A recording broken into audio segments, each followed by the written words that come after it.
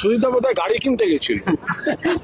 সুদীপ বন্দ্যোপাধ্যায় কিছুদিন আগে উনি মমতা বন্দ্যোপাধ্যায়কে একটি হোয়াটসঅ্যাপ পাঠিয়েছিলেন যে ওনার নিজের গাড়িটা পুরনো হয়ে গেছে, তো সেই জন্য পার্টির অ্যাকাউন্ট থেকে উনি টাকা চেয়েছিলেন।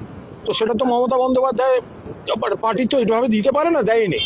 তো এখন সুদীপ বন্দ্যোপাধ্যায় এখন সেই প্রধানমন্ত্রীর কাছে কেন গেছিলেন আমি বলবো কি করে? আপনারা জিজ্ঞেস করুন গাড়ির টাকা চাইতে গেছিলেন কিনা। তিনি কি বলেছেন বড় কথা নয়, তিনি কি চেয়েছেন সেটা বড় কথা। উনি কি আপনাকে একবারও বলেছেন যে মমতা ব্যানার্জির কাছে টাকা চেয়েছিলেন? আমি বলছি ওনার যদি ক্ষমতা থাকে বলুন আমার বিরুদ্ধে মানহানির মামলা করতে। সুদীপ বন্দ্যোপাধ্যায় বিচিত্র পরচুলা পড়া একটা লোক, সে মমতা ব্যানার্জির কাছে হোয়াটসঅ্যাপ করে বলেছিল আমার গাড়ি পুরনো হয়ে গেছে, পার্টির থেকে আমাকে গাড়ি কেনার জন্য টাকা দিতে। পার্টি সেটা দেয়নি। এবার সুদীপ দার সঙ্গে যাকে যাকে দেখা যাচ্ছে আমার তো দেখলেই মনে হচ্ছে টাকা চাইতে গেছেন কি জানি সেটা আমি বলতে পারবো না, তো ওনাকে এর উত্তর দিতে হবে।